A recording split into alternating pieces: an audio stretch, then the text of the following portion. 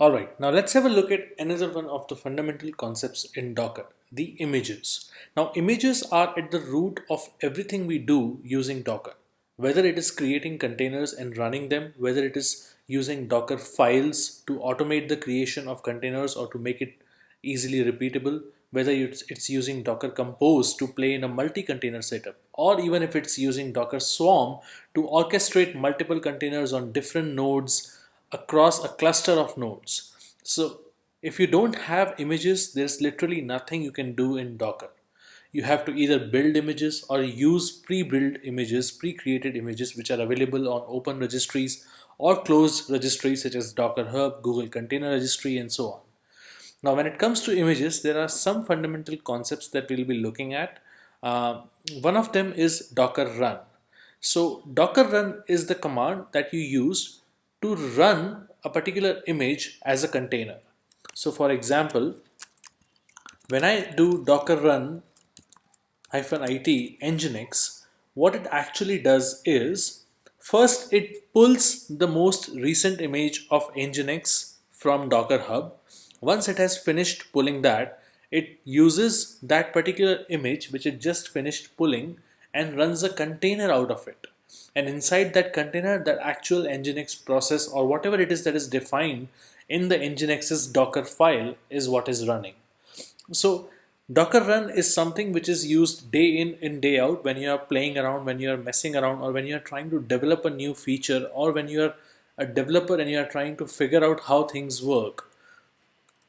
The IT flag that you see along with Docker run, it stands for, so the I stands for interactive and T stands for TTY. Let's have a look at the documentation actually very quickly.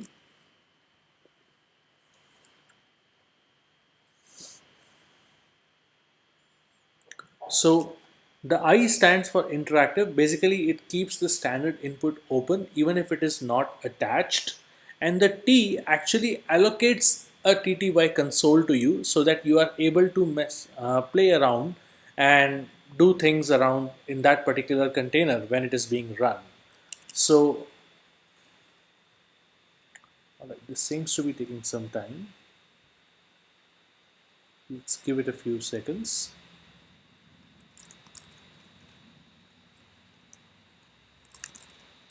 Oh, all right, I get it. So the reason it was not doing anything is because I didn't tell him what to run inside Nginx. So I want to run a program.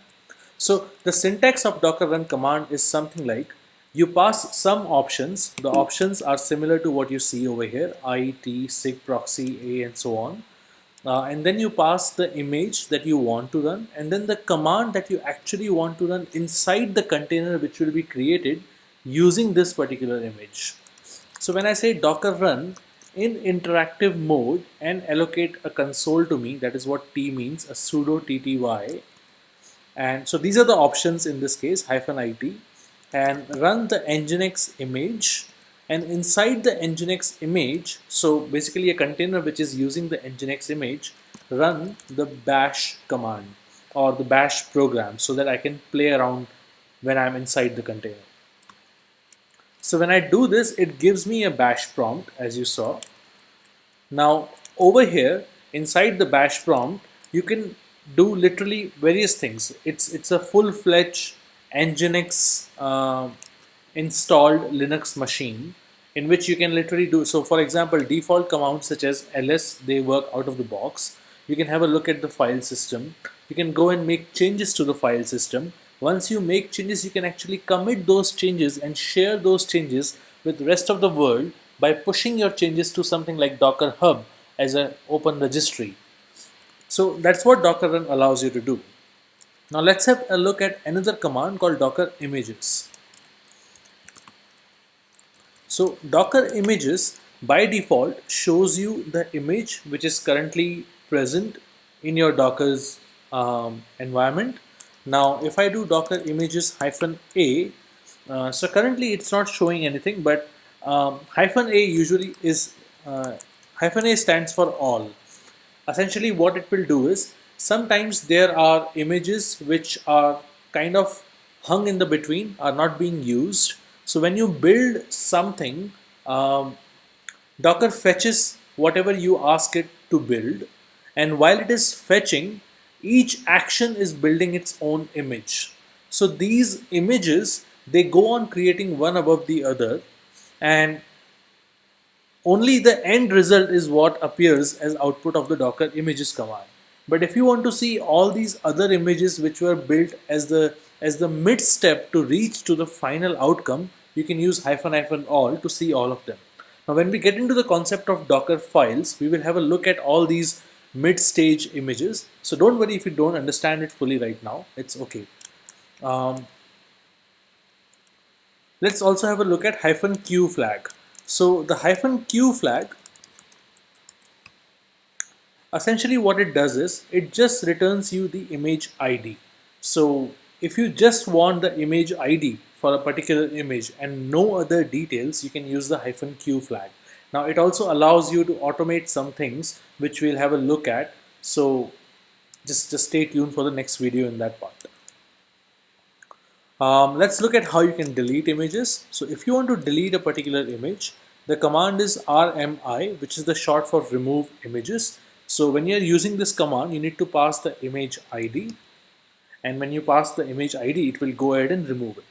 Now notice it says that it cannot delete this particular image because this image is being used by a stop container with this particular ID. Now let's have a look at this particular container. So the ID it mentioned starts with BA4, which is BA4 this container. So essentially what it is saying is that this particular image is being used by this particular container. So although it is in stopped state, I cannot let you delete it until you go ahead and delete that container. So obviously one way is that I'll go ahead and delete that container by using docker remove and then the container ID. But what if I have 10 different containers running using that one image? Deleting all of those containers one by one is going to be a very time consuming process. What if I just want to force delete this particular image? I could use the -f flag to force delete this image. -f also stands for, you can also use an alternative called -f and force. So when I do this, it will forcefully delete the image even though I have some containers which are using this image in the background. So notice that it first untagged the image and then deleted that image. So that's what deleting image forcefully and deleting images is like. Let's have a look at some of the image attributes. So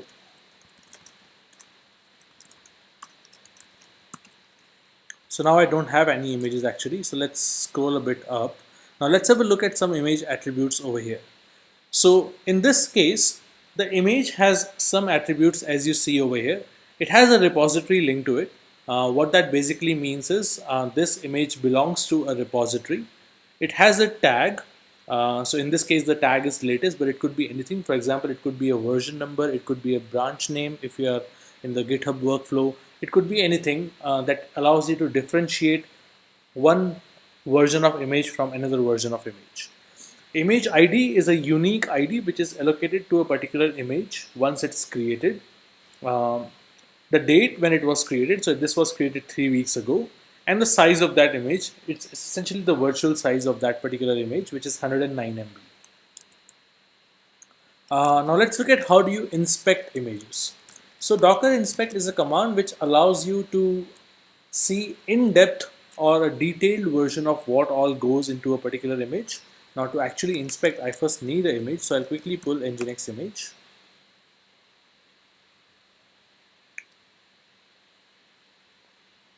Alright, so I have the latest image for Nginx. If I do docker images, it shows me the image. So now when I do docker images, docker inspect and then this particular image ID. So inspect command expects you to give an image ID. So then it goes on to show me all the details of this particular ID. So what is the full ID for it? So it starts with C8252 as you can see here, but this is the full ID which corresponds to this particular image. The repository and its associated tags. So Nginx is the repository and latest is the tag.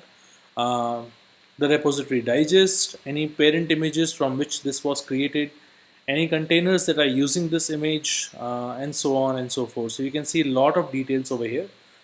These are the environment variables which are present in the image. So when you run a particular container using this particular image, these environment variables are already present. This is the default command which is being run when this particular image is run. So you can see a lot of information here, and actually you can go ahead and try to change this information or Google up on what this particular image, what this particular information means in the context of this particular thing. So updating images. Now this is a very interesting concept. What we will do is we have this Nginx image, which is of this particular image ID C8252. So let's run this particular Nginx image in interactive mode, and we will run a program called bash in there. So now we have bash running in here, and we are inside the Nginx. So if I do Nginx -t just to quickly check that Nginx is running, so the Nginx is running, syntax is there, and the configuration file is there. Now let's say, for example, I want to make some changes to this particular image and then share that new image with say a team member who wants to further use it for some reason, right? So let's say, for example, I want to add a file called root.config. I just randomly picked up a name. You can pick up anything, and with some data in it, right? So what I'll do is I'll pass on some data to it. So let's say I'll pass on, this is the root.config file, and I'll put this data in root.config. Okay, before I do that, let me actually show you that there is no root.config file right now. So this file does not exist. If I do ls, this file is not there right now. Now if I use this command, so essentially I am redirecting the output of the echo command to root.config, and if the file does not exist, it will go ahead and create it for me. So now if I do ls, you can see that I have root.config file. So now what this means is I used the image Nginx by default by pulling it from Docker Hub. I ran a container using that particular image. I made some changes to it, and now I'm coming out of the container. So now I am outside of the container, and if I look at docker ps-a, it just exited about 4 seconds ago. So this is my container, right? Now let's say, for example, the change that I made, root.config, I want to share this change with my friends, right? So what I'll do is I'll use this command called docker commit. Actually, before I commit, let me show you the diff. So diff is like the difference between the parent and this new container. So one of the differences is root.config, along with some other things which changed automatically as a result of Nginx running inside it. So this is the change which we are interested in. Now I want to commit this change and share it with my friends or with my colleagues who want to use it further. So to commit this particular change, we'll do docker commit, and I'll pass on some flags. So some of the flags, if you can, docker commit. Some of the flags are author, like I can pass my name, say Deep Sukhwani, and then my email address. I can pass a message in which I can say added root.config file for office, and I can so that's all actually I can pass, and then I need to pass the container ID which I want to commit, which has the new changes which I want to commit. So I passed on this particular container ID which starts with 5EA, and I press enter. So it saved it, and it created a new image for me which starts with 517. So now if I do docker images, so I have this whole new image which is 517E and something something. Now notice that currently it does not have any repository or tag associated to it, right? Now if I want to push this particular image to my repository so that I can share it with my friends or with my colleagues, I need to add a repository or a tag. That is where docker tag command comes into the scenario. So what I'll do is I'll say docker tag this particular image ID with my repository's username, which is my Docker Hub username, slash a tag. Sorry. So this is my username slash the repository, and then the tag, I'll say v1 version 1. So essentially the syntax is that you need to pass first your Docker Hub username where you're going to push it, and then you need to pass the repository name. If this repository does not exist, it will be automatically created, and then you need to pass the tag. Now tag by default, as you saw, it's picked up usually as latest, but I don't want to call it latest. I instead want to call it v1, right? um, and this Deep Sukhwani, it can be anything. For example, if you were using a Google Container Registry, it would be Docker tag and then this particular image ID and then gcr.io something something something slash your username on gcr slash the repository custom nginx and then v1. So it can be anything basically. This is the username will be given to you in full when you sign up to that particular service, and it will be clearly visible over there. So now if I look at Docker images, I have Deep Sukhwani slash custom nginx v1, right? So now let's go ahead and actually run a container using this image just to see that our root.config still exists in that particular image. So I'll do docker run -it Deep Sukhwani slash custom nginx colon v1, and then we'll run the same bash program. So now I'm in my container. So as you can see, I still have the root.config. If I do cat root.config to see the contents of the file, I have, this is a root config file. So it's still there. It's still working. It's still there just the way I expected it to. Now, so what we finally did is sorry. So to recap, what we did is we pulled nginx image from Docker Hub, the default image which we get. We made some changes to it. By changes, I mean we added a root.config file with some text into it, and we committed those changes. And after committing, when we got this image ID, we tagged this image ID with this particular Docker Hub username, repository name, and the tag v1. Now, the last step which we wanted to do is we wanted to be able to share it outside of my machine so that anybody on the internet or my colleagues, my friends can access it. So for that, what we need to do is first you need to log in. So if you are using Docker Hub, login is quite straightforward. Just use Docker login. So because in this case my password was already added, so it just logged in automatically. But if I log out and then I try to log in again, it will ask me for my username, which was, remember the username is the same as I passed over here, and my password. So once I pass my username password, I'm logged in successfully, hopefully. Okay, so login succeeded. So now I'm logged in. Now I can push this particular image using docker push command to Docker Hub. So it says that the push refers to docker.io slash deepsukhwani slash custom nginx. So it's going ahead and pushing my changes.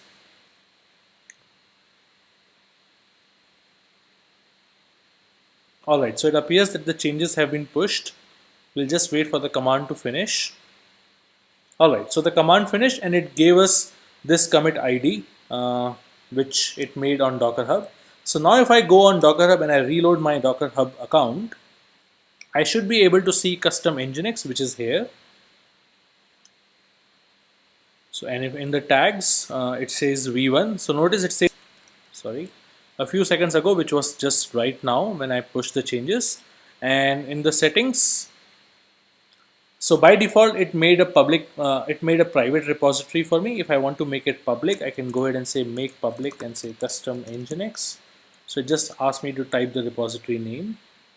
So now it is public. Anybody who wants to search for it using my username, they can go ahead and search for it. They can make the pulls on it. They can make any more changes in it, but they won't be able to commit to my repository. They can go ahead and commit to their own repository. Right. So that's how you actually make changes and share those changes to Docker images outside with the world if you want to. Right. So that was all about it when it comes to Docker images. There are a lot more details to this. There are a lot more things you can do around it. I would encourage you to go ahead and start exploring things around Docker images. So just open Docker images and start seeing things on how they are working. What are the different things you could do around, what are the different use cases you could play around. For example, what is digest, what is no trunk, how can you use filter. So the images that I was talking about was dangling equals true. It shows you, so dangling basically means any image that is no longer being used. So essentially it means this will display untagged images that are the leaves of the images tree, not intermediary layers. And these images occur when a new build of an image takes the repo tag away from the image ID. So it might sound a little bit complicated, but I would say give it a shot, and see how things work. I'm sure you'll eventually try to you'll eventually be able to understand it. However, if you are not able to understand it, please feel free to drop in a comment on the YouTube video, and we'll see how I can create a video around it so that you are able to understand it better. Alright, so that was it for this particular video, guys. Thanks so much for watching. As usual, if you are liking the videos, please like my video, give a thumbs up, and please don't forget to subscribe. It encourages me to create more of such videos.